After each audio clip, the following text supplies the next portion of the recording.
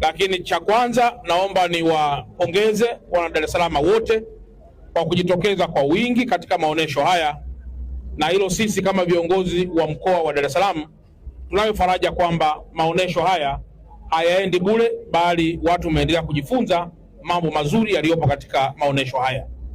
Lakini jambo la pili kubwa, pokeeni salamu za Mheshimiwa Rais wa Jamhuri ya Muungano wa Tanzania, na yeye mwenyewe alishaanza kufika hapa akiwa na rais wa Jamhuri ya Msumbiji, na ziara yao ndio hasa ambayo na sisi tunaiendeleza katika kuhakikisha tunazungumza na wana Dar es Salaam na Watanzania wote kwa ujumla kupitia maonesho haya.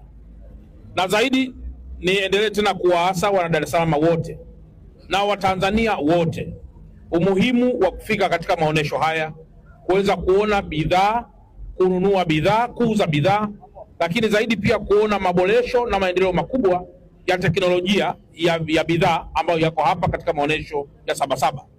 Maonesho haya mnakumbuka kwamba mwaka huu yanatimiza miaka 50. Ni maonesho ambayo tuna anniversary ya miaka 50 tangu kuanzishwa kwake, na leo tunazo nchi zaidi ya 25 ambazo zimefika hapa kwa ajili ya kuonesha bidhaa zao, kuonesha teknolojia na kuweza kuuza kwa Watanzania bidhaa zao. Ofa ambazo ziko hapa, bidhaa bei yake sio sawa na bei iliyozoeleka. Fika kwenye maonesho ya Sabasaba ili uweze kuona na kupata punguzo la bidhaa unayohitaji. Wana Tanzania wengi wafanya biashara wa maeneo haya wametoa punguzo kwa sababu huu ni msimu ambao ni muhimu na ambao kila Mtanzania akihudhuria hapa anaweza kupata bidhaa hizo kwa urahisi mno. Lakini pia kuna services za matibabu. Wenzetu wa Yas kwa kushirikiana na serikali wanaendeleza huduma ya macho na upimaji wa macho. Kwa fikeni watu wote muweze kuona mambo ambayo yako hapa. Ofisi ya Waziri Mkuu, Tawala za Mikoa na Serikali za Mitaa wanaendelea pia kutatua matatizo ya Watanzania. Hivi karibuni matokeo ya form 4 yametoka, lakini zaidi pia matokeo yale wanafunzi wamepangiwa combination.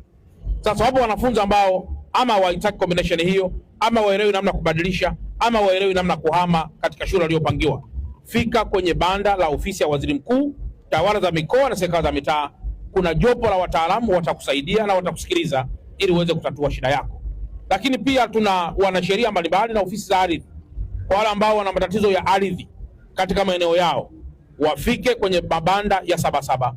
Wataona wataalamu wa ardhi kwenye mabanda haya na watapata huduma wanayoikusudia.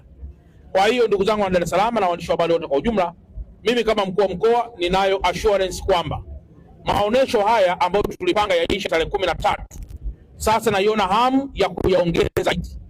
Na katika kuyaongeza lazima nitakaa mimi, waziri wa viwanda na wakurugenzi akiwepo mkurugenzi wa TANTRAD ili tuweze pia kujadiliana kuhusu umuhimu wa kuongeza angalau siku 2 siku 3 wa Tanzania wapate huduma zaidi.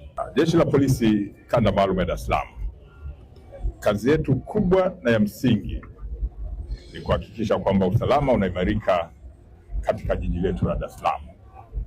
Usalama unaimarika kwa kuzuia vitendo vya kihalifu, lakini kuwafanya wananchi wema, tunapigia mstari pale, wananchi wema waendelee na shughuli zao kama kawaida ambazo ni halali.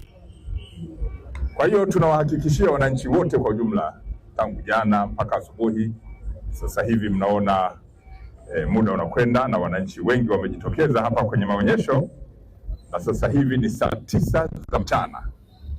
Sasa hivi ni saa 9 za mchana mpaka muda huu saa 9 za mchana, hali ya jiji la Dar es Salaam ni shwari.